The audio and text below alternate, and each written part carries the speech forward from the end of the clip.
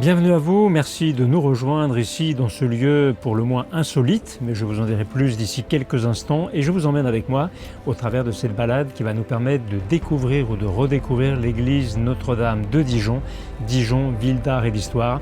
Je suis Sylvain Bienne, ce guide touristique à Dijon.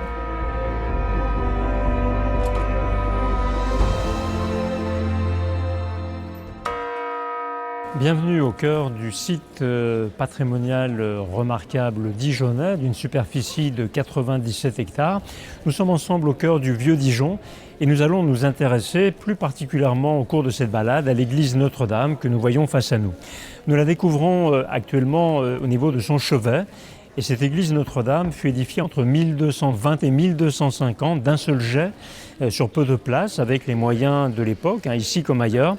Et ce qui veut dire que nous sommes en présence d'une prouesse architecturale puisque la technique utilisée, notamment les contreforts surmontés de culées en surélévation permettant de stabiliser l'ensemble, ont permis d'avoir un édifice, et toujours en 2020, extrêmement solide, homogène et parfaitement inséré en cœur de ville. Sur notre droite, nous voyons la maison minière que nous allons dépasser, maison de marchands de la fin du XVe siècle, car le quartier où nous sommes a toujours eu, à Dijon, au Moyen-Âge, une vocation marchande, en complémentarité avec un quartier de vignerons près de la place Bossuet. Le nom de quelques rues à 2 pas d'où nous sommes traduit encore cette présence de marchands ici au cœur du vieux Dijon, telle la rue Verrerie, Vannerie, Chaudronnerie. Et sur le toit de cette maison, vous avez remarqué bien sûr le chat et la chouette, qui rappelle la petite chouette que nous allons découvrir d'ici quelques instants et qui veut qu'à Dijon, si on le souhaite, on peut la caresser de la main gauche uniquement avec la main du cœur, de faire un vœu, celui-ci est susceptible de se réaliser.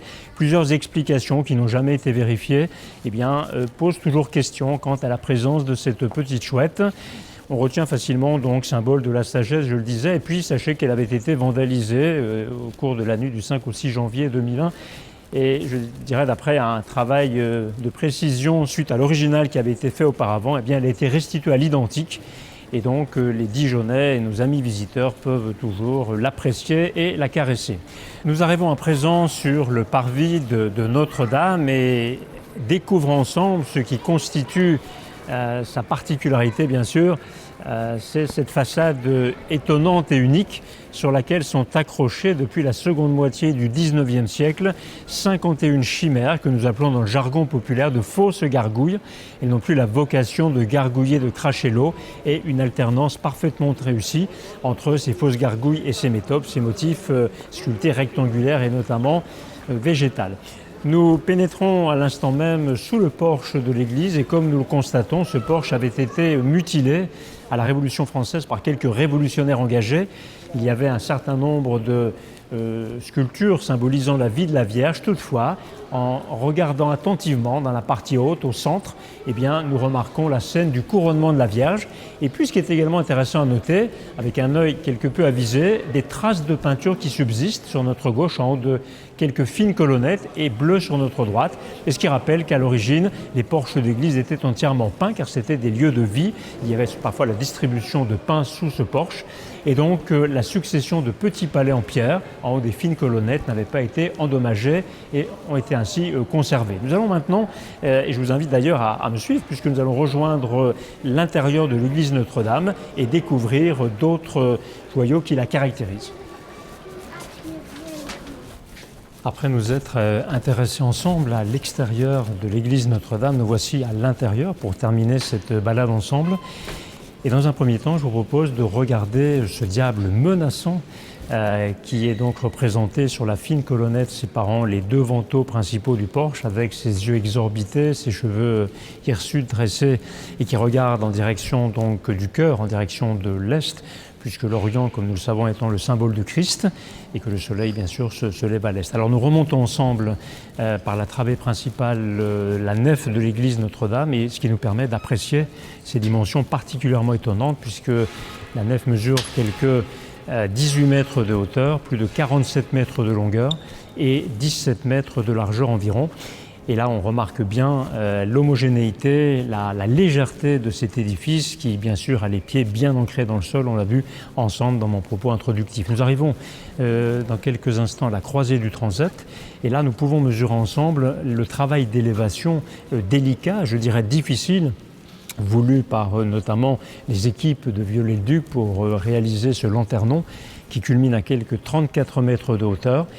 Et nous pouvons aussi apprécier les vitraux de part et d'autre, notamment les rosaces, à savoir que des vitraux d'origine qui dataient donc du début du XIIIe siècle avaient été pour la plupart endommagés à la Révolution et puis restaurés d'après des motifs à l'identique d'origine, notamment dans la deuxième partie du XIXe siècle. Mais nous allons nous approcher dorénavant de ce qui constitue, si je puis dire, et si vous m'y autorisez, la pièce maîtresse en cette église Notre-Dame. C'est bien sûr la Vierge Notre-Dame de Bon Espoir, que l'on qualifie, que certains qualifient à tort de Vierge Noire. On ne peut parler ainsi de Vierge Noire puisque son visage avait été notamment dénoirci au début des années 1960. Et cette Vierge Notre-Dame de Bon Espoir qui date du XIe siècle, en bois, qui a subi quelques mutilations. C'était une Vierge à l'enfant. L'enfant avait disparu au fil du temps, notamment à la Révolution. À savoir que cette Vierge Noire, on lui doit une action extrêmement importante et vénérée à Dijon, puisque il se dit, avec toute la précaution qui s'impose, qu'elle aurait contribué au fil de l'histoire dijonnaise, une histoire plutôt sombre certes, à la délivrer de deux occupants différents. La première fois c'était en 1513, la seconde fois en 1944, et à chaque fois c'était le 11 septembre et le 13 septembre pour 1513. Et dans le cadre d'une procession en ville, effectivement la Vierge Noire avait donc permis cette délivrance de la ville, eh bien les Dijonnais s'en rappellent et savent très régulièrement lui rendre hommage.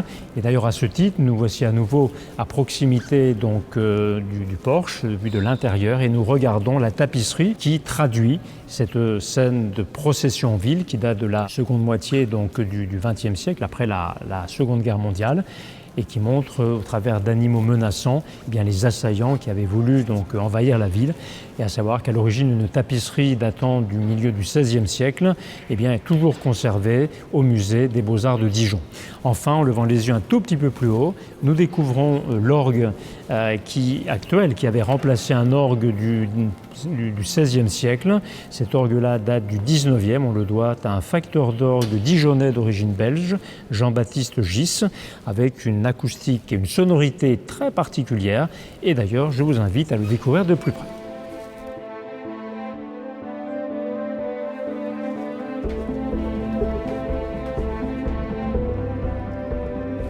Quelques marches nous ont permis ensemble et un petit peu de hauteur de rejoindre l'orgue.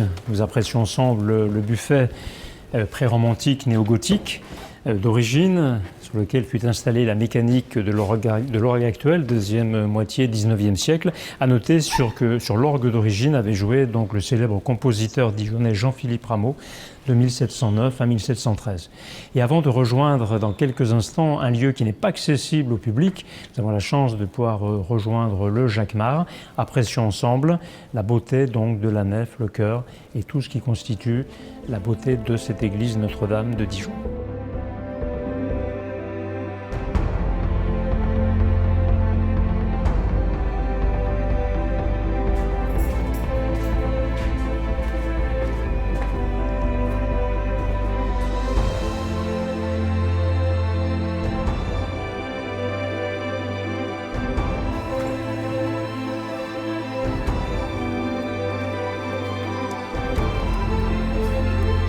Eh bien, avant de nous quitter, nous voici revenus à notre point de départ. Nous sommes en hauteur au plus près du Jacquemart.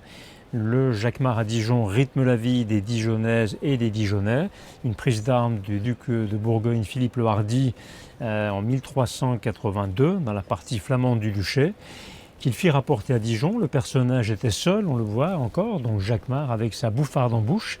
Et puis au fil du temps, une dame le rejoindra, Jacqueline, on la voit également, les deux sonnent les coups des heures entières et la famille s'agrandira par la suite, 18e et 19e siècle, avec deux petits-enfants, Jacquelinet et Jacquelinette, qui sonnent quart d'heure et demi-heure. Et donc, pour joindre l'utile à l'agréable et avant de nous quitter, sachez que sur la place dijonnaise en 1926, un maître confiseur en la personne d'Antonin Michelin va créer cette spécialité qu'il est toujours possible de déguster et de faire partager, à savoir les Jacquelines. Et je vous invite bien sûr, si vous le souhaitez, à les découvrir ou à les redécouvrir. Voilà, nous sommes arrivés au terme de notre découverte ensemble, en espérant qu'elle vous ait convenu. Eh bien, je vous dis à très bientôt. Au revoir.